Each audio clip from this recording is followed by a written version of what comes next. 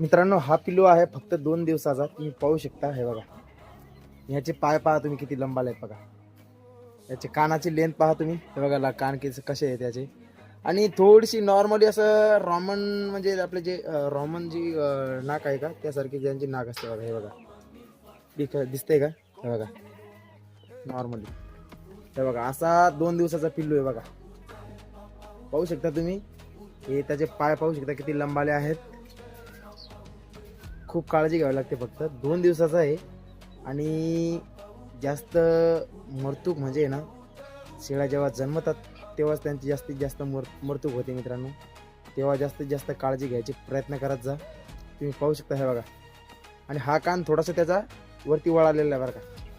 Normally त्याचं कान वरती वळलेलं आहे बघा. पाहू शकता तुम्ही स्ट्रक्चर. हा आहे काटवाडी जातीचा बोकड आहे. तुम्ही पाहू शकता. हे बघा बोकड आहे. क्वालिटी म्हणजे क्वालिटी आपल्याकडे.